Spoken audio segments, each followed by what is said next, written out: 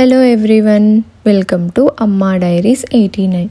ఈరోజు మన కిచెన్లో కమ్మని కట్టె పొంగలి ప్రెషర్ కుక్కర్లో ఎలా తయారు చేయాలో చూద్దాం. ఇలా తయారు చేసి పెట్టారంటే పిల్లలు పెద్దలు ఇష్టంగా తింటారు.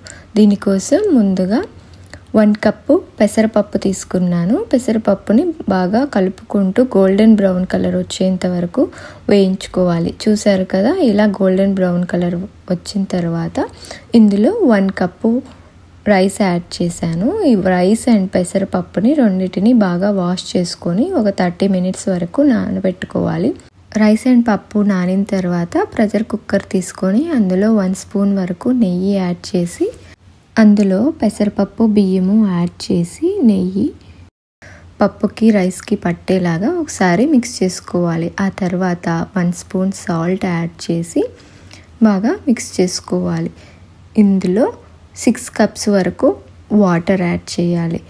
2 కప్స్కి 6 కప్స్ యాడ్ చేస్తున్నానండి. 6 కప్స్ యాడ్ చేసిన తర్వాత ఒకసారి మిక్స్ చేసుకొని 4 to 5 విజిల్స్ వచ్చేంత వరకు పప్పు అండ్ రైస్ని కుక్ చేయాలి.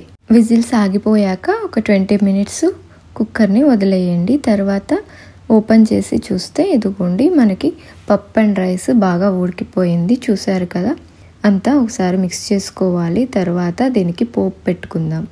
పప్పు కోసం పాన్ పెట్టుకొని అందులో 50 గ్రామ్స్ వరకు నెయ్యి తీసుకున్నాను, అంటే 1/2 కప్పు. అందులో 1/2 స్పూన్ ఆవాలు, 1 స్పూన్ శనగపప్పు, 1 స్పూన్ మినప్పప్పు, అలాగే 1 స్పూన్ మిరియాలు కొంచెం అలా కచ్చపచ్చగా దంచుకొని యాడ్ చేయాలి. అలాగే అందులో కొన్ని జీడిపప్పు పలుకులు యాడ్ చేయాలి.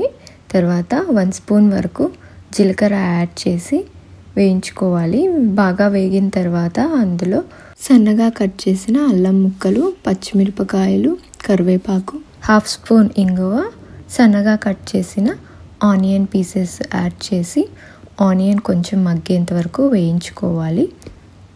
ఆ తర్వాత కొంచెం కొత్తిమీర యాడ్ చేసుకొని ఈ పోపు మొత్తాన్ని పప్పులోకి యాడ్ చేసుకొని బాగా మిక్స్ చేసుకోవాలి.